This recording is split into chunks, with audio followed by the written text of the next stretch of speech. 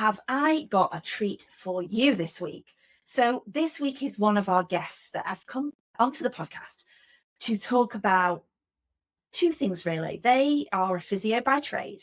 They worked with us a few years ago, and they were in this kind of world of being the sole generator of revenue in their clinic. They were doing everything. They were wearing every hat. She was in the middle of a house refurb. There was so much stuff going on in her life. And she had this second thing that we're going to talk about on the podcast today on the side, like that she wanted to do.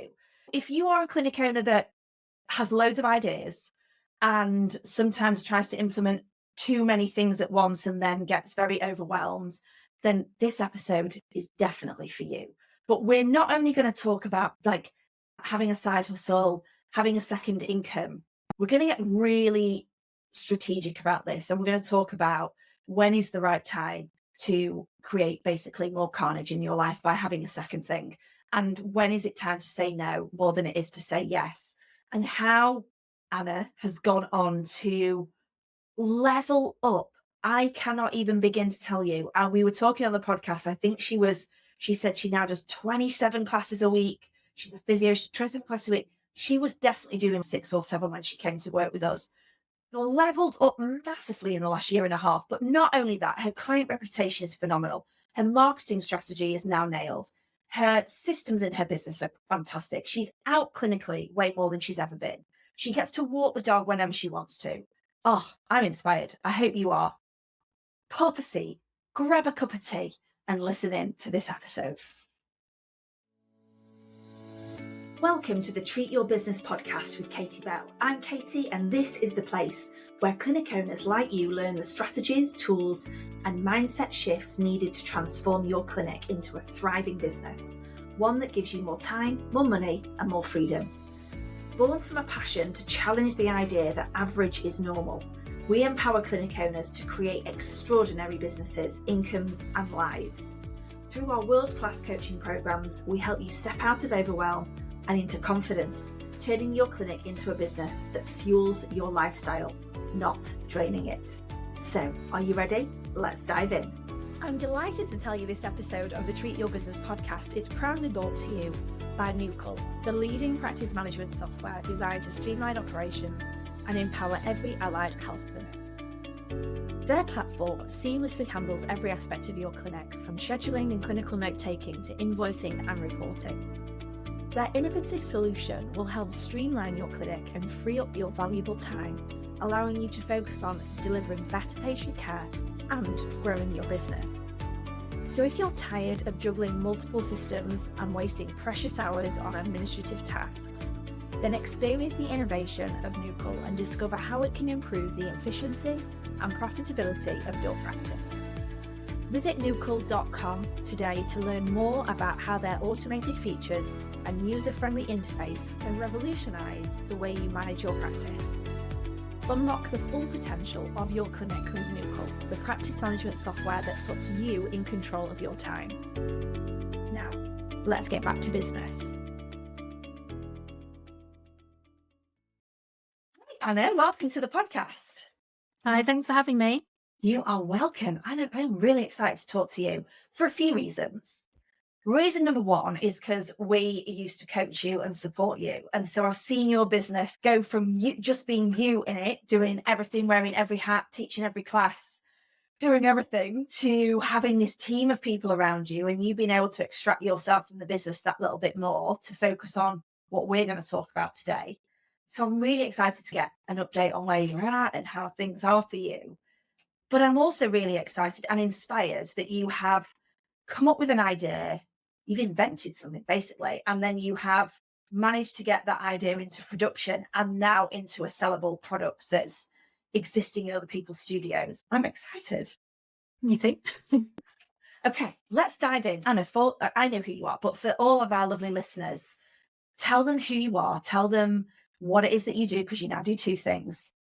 Yeah, sure. So I guess by trade, I'm a physio and Pilates instructor with my physio and Pilates business. But I guess for the purposes of today, I'm coming on to talk about what is now my side hustle, which is my movement mat and my Pilates mats I have developed And I guess it came from me wanting to design like high quality exercise and rehab products to serve our clients better. So it's born from that.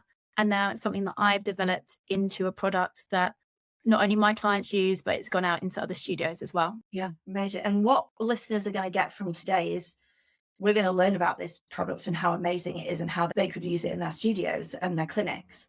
But we're also going to really dig into the business side of stuff and how where you were in your business life that allowed you to go into this, and some advice that I gave you a year or so ago, really understanding when is the right time in your business to do a side hustle, to create a different form of income, to diversify, to dilute yourself actually. So we're going to talk about that as well, aren't we, Anna? Yes. Okay. So let's go back to, where did this idea come from? You're a physio by trade, you ran Pilates classes. That's when we met, and you had your own studio and you were on your own. Yep. What was going on for you then that was like this kind of little noise that wanted you to create something else or do something different?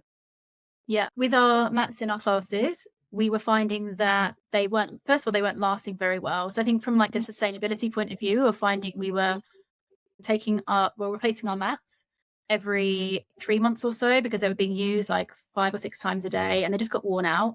But we're also finding from a client experience, it's not nice they're coming in, the mats are worn out, but they would slide around on the floor. They were actually probably a bit too soft and a bit too spongy, which meant that it affected the grip.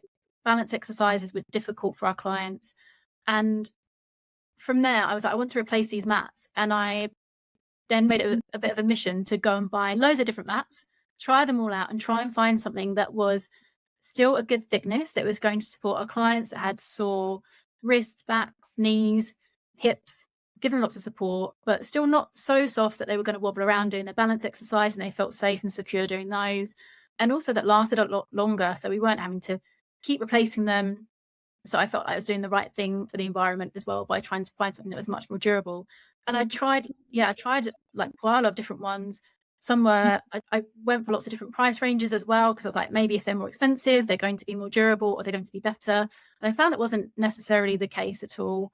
I just couldn't find anything that was quite. And it was actually, I had a friend who had recently read a book, can't remember the name of it actually. And they talk about, it's a business book, and they talk about yoga mats a lot in it. And she was like, I should read this book because they talk about how to create a yoga mat and take it to market. And so I listened to this book and was like, okay, yeah, I'm going to do that. And then I did. I love the entrepreneurial spirit there, Anna. Like, all of our listeners are going to be visionaries. They're going to be people who've got loads and loads of ideas. And a lot of us don't act on half of the ideas that we get because we couldn't possibly. But you had this, I guess it was born out of a cause, really, out of a purpose of, there isn't anything on the market that can elevate my practice. It can improve our reputation. It can improve our client experience. So you went out and created one. Yeah, that was the plan. And I think when I first did it, I thought of it as, this is just got something that's going to be in my studio. My client's going to be able to use it. That's great. And I sold them on to a few of our clients. And then I think it got to that point where I was like, it could be something bigger, because if I'm having this problem and I tried all these other mats as well, surely there are lots of other people in a similar situation to me that are having the same issue. Yeah. So you created this product. You went through all of the stages of testing and design and packaging and shipment costs and fulfillment costs and like all of that. What Yeah. was the hardest part for you? I think managing the quality of the product that was the result, because so my manufacturer's in China and I tried to look for one that was nearer and couldn't find anything in the UK or in Europe. So it's being sent over, and to have things sent backwards and forwards was a really lengthy process. Yeah. Quite an expensive process because it was quite a lot of trial and error. I knew, so from the mat that I've developed, I knew what material I was going for because I'd found a mat that I liked, but it was too thin. And then I looked around to try and find one that was that same material, but thicker. I didn't realize within that material, there can be different variations in the amount of certain materials that go into it. So trying to make sure that quality was right being a long way away from China. And this kind of strikes me as, what lesson do we take from this in business? What can our listeners take from this? Because I think when you come up with a new idea, or when we implement something new in our business, there are always so many hurdles that we need to face. And we have this, I call it the entrepreneurial cycle. So you had this idea, Anna, and at that stage you were in what I call uninformed optimism. So you were like, I know, I'm going to do a side hustle. I'm going to invent a Pilates mat. This sounds great. I'm going to make some more money. But you didn't actually know what it would take at that stage. So you were in this wonderful kind of phase of, oh my God, it's going to be so great.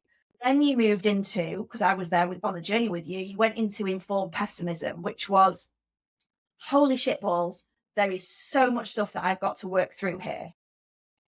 And most entrepreneurs will drop into what we call the valley of despair, where they exist in this, lots of problems, not necessarily lots of solutions, lots of challenges. I've got to face shipping stuff back in and out from China. And you could have easily given up on it. But what you didn't do was give up. Now, we're going to talk about when I told you to do things and when I told you not to do things. But we had to get certain things working for you in your business to allow you the time to work on this. But then you came up the other side, and we came into this now informed optimism, where you're like, I can see the challenges. I know what's happening. I know how to overcome them. I'm on that path. And you can see that success and fulfillment is right there in the future for you. Yeah. And I think from working with you, I think I was at the point where I had the mats in my studio and I was like, oh, I want to do something else with them. And you were like, you can do something else with them. Like, maybe now is not the best time, when you're also trying to fill your physio slots, grow your team, increase your class timetable. And I think you can do a lot of things, but you can't do them all at once. It's probably what I've learned. I cannot believe I'm hearing this from your mouth. This is amazing. Can I also just say, you've forgotten the fact you were renovating your house and you were also getting married. Yeah. Honeymoon or whatever it was. Like, there was a lot going on. Didn't you? Had a lot going on. Okay, so let's roll back. So the biggest challenge was the to and fro from China, but you stuck with it. You've come out the other side of it. We now have a product that you've taken to market and you're selling and you're using in your clinic. So it's reduced your overheads and your costs of delivery, because you've got a better product in place that lasts. And now other clinics can benefit from this amazing mat that you have, because you stuck with the process and you worked the path until it worked. Yes. It was a lot of work and a lot of sticking things out. But I do think it was important to wait for the right time with that as well. I think it's 2023 that we were working together, and it's only really this year, so the last couple of months, I've really had the time to put into trying to expand what is happening with the mats and actually going, you know what, I'm going to try and take this forwards, because I'm at the point that my studio is full now. So we have 27 classes a week that are fully booked, and we have massage therapists that are fully booked, and off my physio diary. I don't do a lot of, maybe a bit like Katie, but I don't do a lot of physio anymore, but I do 2 or 3 days a week, and I'm booked up like 4 weeks in advance. So I basically have no more capacity. And I was like, how can I grow if I don't have another premises at the moment? I'm so inspired by you, Anna, and I absolutely love hearing this, because I knew where you were at, and I want listeners to really be able to know that everything and anything is possible. And if they're listening to this and they feel like they're in a world of, it's all on me, you were the sole revenue generator in your clinic, Anna. It was just, oh God, you didn't have 27 classes. Did you have 10? It's something like that. Like maybe not even that many. Yeah. I don't think you had that many. That's a wild amount of growth. But to then throw in a second business to the mix at that stage, I kept saying to you, you absolutely can, but just because you can doesn't mean you should. And a big, powerful thing, I think, in business is being able to say no more than you say yes. And it was hard, wasn't it? You fought with it for a while. Yeah. And I think I didn't want to be seen to be giving up on something, I suppose. But looking back now, I can see that it was totally right to put my energy into growing the face-to-face business. because now that is at a point where I know that like I can step back from it. I can go on holiday for a week. I can, all the things that you talk about in your podcast all the time. I can do all those things. I can get up and walk the dog in the morning and not know that I have to be there to take a class at 9 o'clock in the morning. It doesn't matter if I start work half an hour later because the sun's out and I want to walk the dog a bit further. Like those things are okay for me to do now. I still work a lot. I'm not going to deny that. And it's a different problem having to manage people, but my time is much more flexible in how I work now, I suppose, which has opened up that space for me to do something a little bit different with some of my time. I'm so inspired. And you know what? I love the fact that you still work a lot. I fucking still work a lot because I love it. I love work. I love making a difference. I love doing what we do. And some of us are wired to do that, and some of us are not wired to do that. But running one business is mental. Running two businesses, you're absolutely crazy. But I do think that is, what type of person are you? I could have gone, oh, my clinic is at a point where it runs nicely and it's great and I can walk the dog and it's whenever I want. Lovely. But I decided to do something else with that extra time. And who are we to say that you can't do that? But it was like, okay, you have bigger goals, bigger wants, bigger aspirations for your life. And that is fantastic. But my job as your coach was to say, let's do that, but let's do it in the right time and in the right order and do it strategically. Yeah. So you've created systems, you've created processes, you've got team in place, you've extracted yourself from many parts of the business. You've got fabulous VAs that work for you, have helped you be able to go on holiday and not be completely hooked to your laptop all the time. So that's allowed you to step in now to start to really drive this side hustle forwards. So what's your next steps then, Anna? Like, where do you see, what is it that you need to do next to get this business to the goal that you've got for it in 12 months' time? Yeah, so I'd like the mats to be out in lots of studios over the UK. Yeah, so that we know that we can enhance our clients' experience more. I guess as a physio, I just want people to break down those barriers that stop them from exercising, or them to be able to exercise in a comfortable way. And I think anything that's a barrier can stop people. Like we know that with our clients, right? And any excuse. So I think if they've got good workout equipment, that's going to really help to those mats to be available across the UK. Yeah, and obviously we sell them like through our website. I've got an affiliate program going on where I've got quite a few instructors that take classes out of village halls, so they don't necessarily take the mats with them, but they've got them like one as a sample to show their clients, and now they're starting to buy them to again improve their experience in those classes. I've actually expanded the products as well, so we've got Pilates as well. Oh my goodness, this is exciting. So yeah, we've got some grippy socks, and I'm just working on. These were our first ones. So we've got the ballet style ones, and these are in navy blue. If you're interested in this, but I'm just in the process of getting a new order for. I'd like to have a spring summer collection of a different color as well. So again, it's something that can help expand the products that I can offer, and I think it's a really nice, combination to go with the mats. I love this. So let's pretend that you've got loads of studio owners, not pretend because they actually are listening to this, who are thinking, okay, I have access to a whole load of clients who could potentially buy a mat and a pair of socks. And could I now make money as a studio owner selling them if I bought them from Anna? Is this a way for me to create additional revenue into my business? What would you say about that?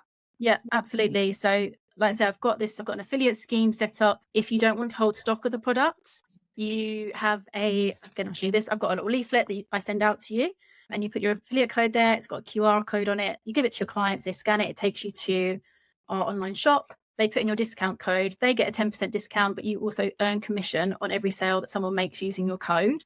But if you have the space to stock the products yourself, then you would earn a greater commission. So we do wholesale options too. So if you were to buy a batch of 12 or more mats or 20 or more socks, then you can stock those and you would get a greater commission from selling those on to your clients too. So I'm thinking here, okay, we talk about, don't we, like client experience and increasing the profit that you make per visit, per patient, per thing that goes on in your clinic. So it's like, if I've got members, how could I add this in as an option for them to purchase? How could I maybe create a program of treatment or one-to-ones or whatever, that they get a mat and a pair of socks and everything is in it, but I've already put that margin in of the profit. So they could do all of this, couldn't they? Yeah, and that's pretty much what we do with our membership. So when someone signs up to a membership, they get a little welcome card from us. Then there's a voucher to say, oh, you signed up.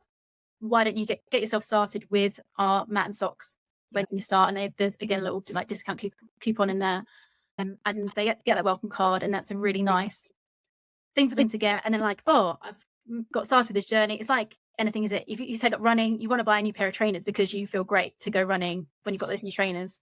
Absolutely. I love this. And for anybody listening to this who's not watching us on YouTube, if you want to see Anna's socks, then you just need to go to our YouTube video to be able to see Anna showcasing her Pilates socks live on there.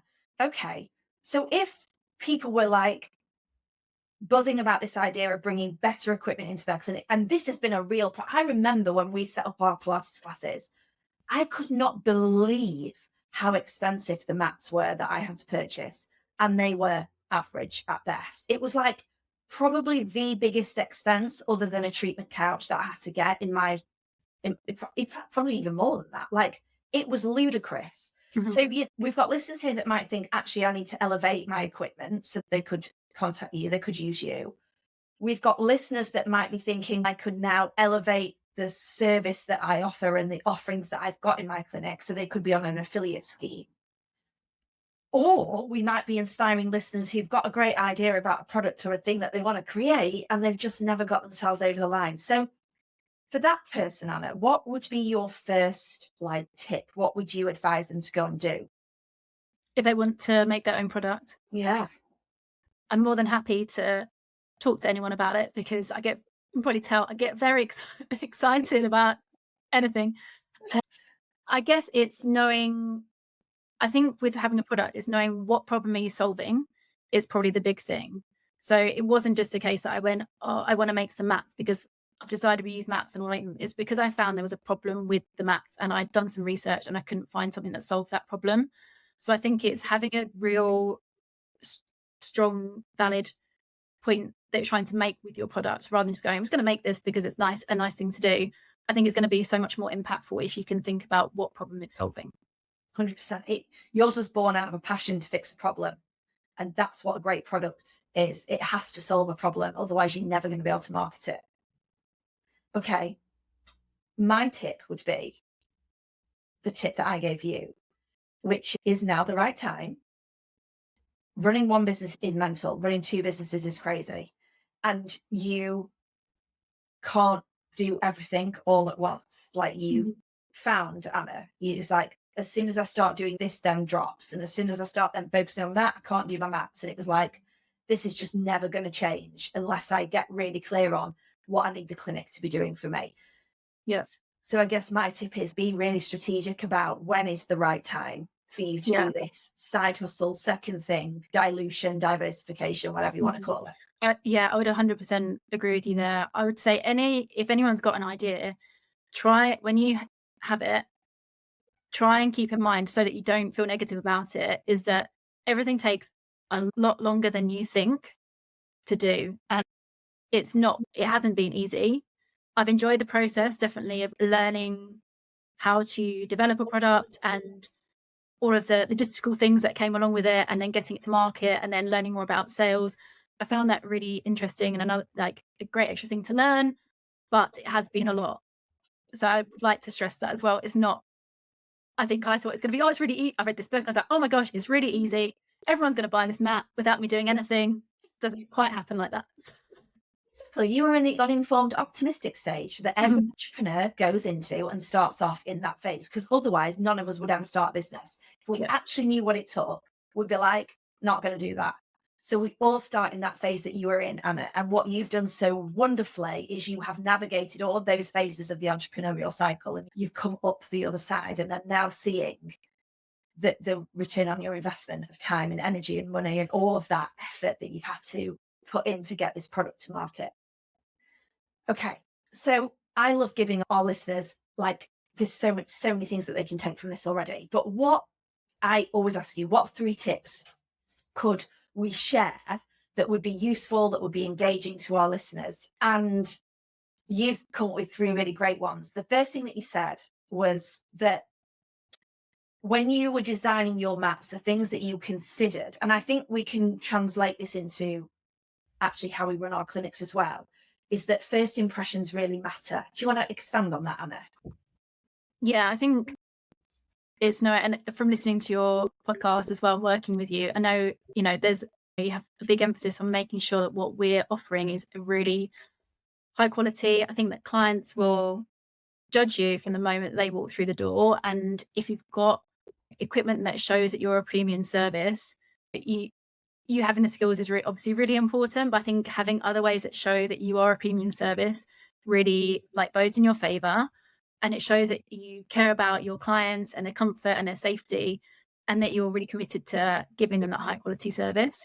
Yeah. And what impact does that have on your pricing? Or I guess your pricing's higher, but people are okay to pay that. Yeah, absolutely. Because we had a great conversation on our Q&A this morning, actually, Anna, and it was all about the minute that we start making price comparisons and we go, let's just compare this for that, is where we lose out. When we say we have this, but we have all of these added value reasons, problem solving initiatives behind it, it's then really difficult to compare A for B. So it stops becoming always a price dependent decision and it becomes more of a value based decision. Yeah.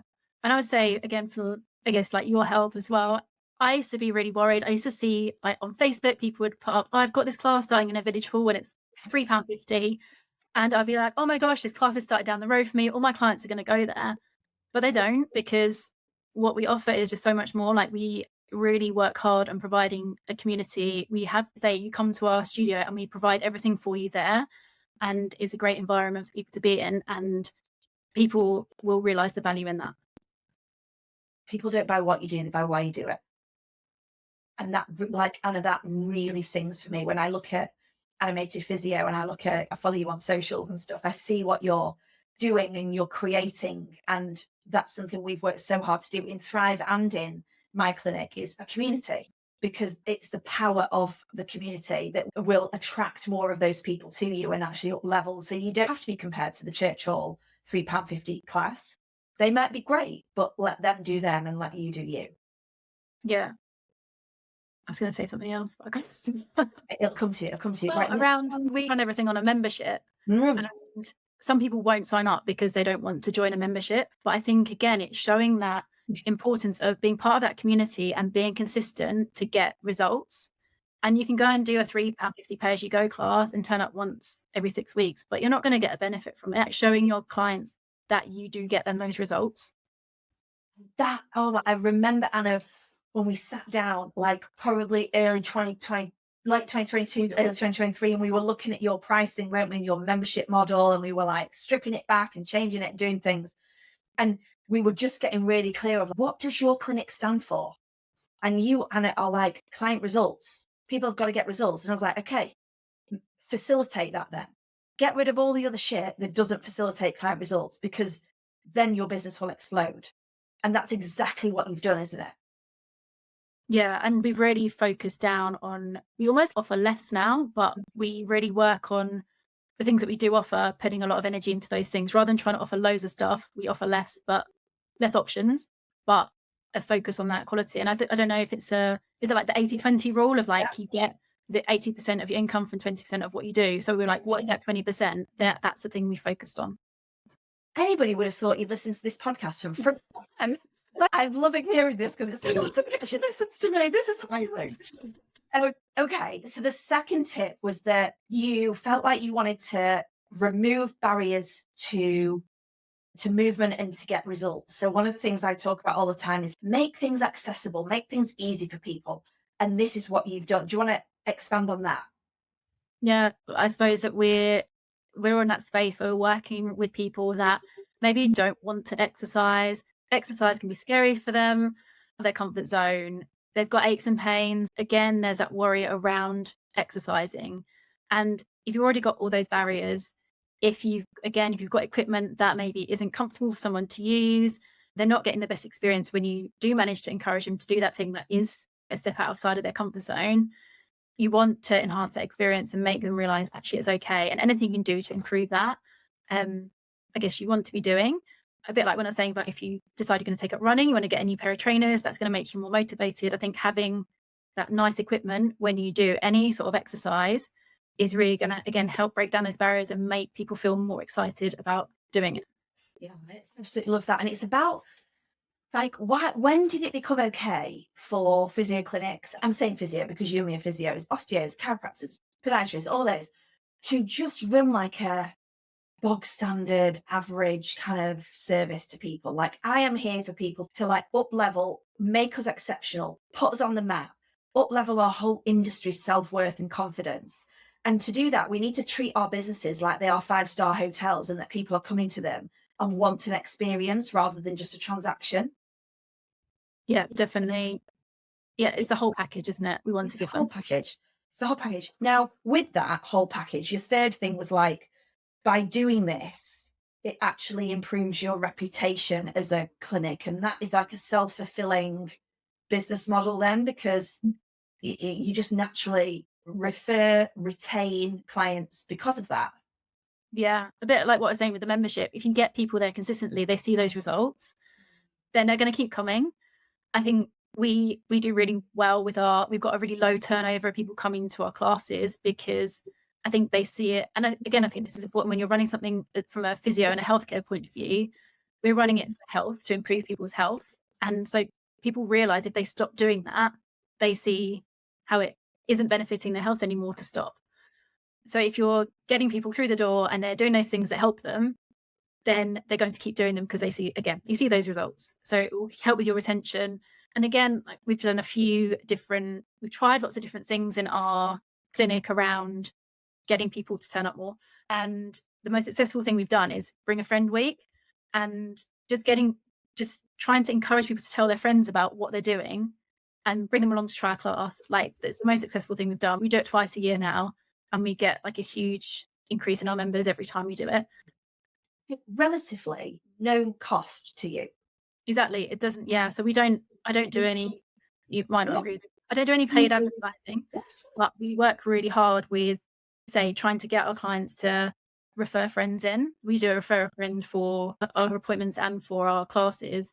And with where we are at the moment, like I say, we're at capacity. That's enough for us at the moment. It's incredible. Absolutely love it.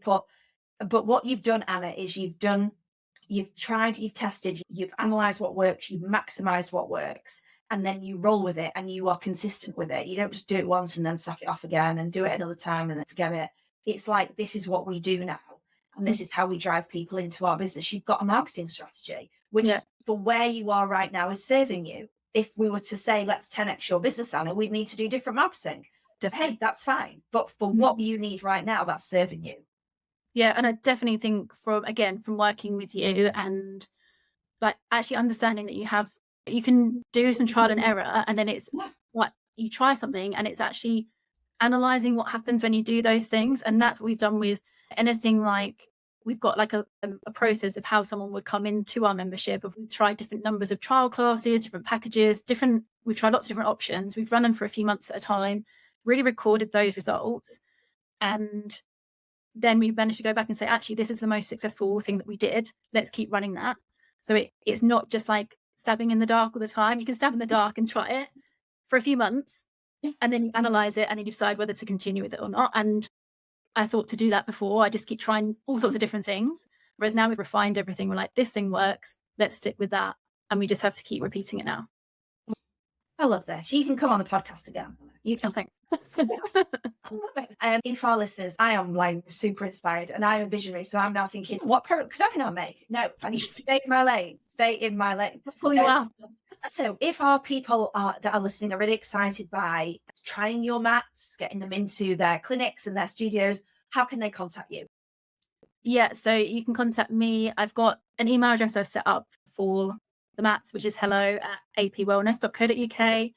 You can contact me on Instagram. That's the only social media platform that I use. And it's a.p.wellness on Instagram. And if you want to go onto our site and have a look on our little online shop, that's apwellness.co.uk. So I'll make sure all of those links and handles are all in the right places that they need to be. Anna, just one final tip from you then. So what would be the one thing that you want a listener to take from our conversation today? I think probably is it taken from your tip of prioritizing what is the best thing for you to do at the time. You, I don't think that you can do everything. You can't do everything all at once. So you need to do one thing at a time, do that well, and that will create that space for you to do that next thing.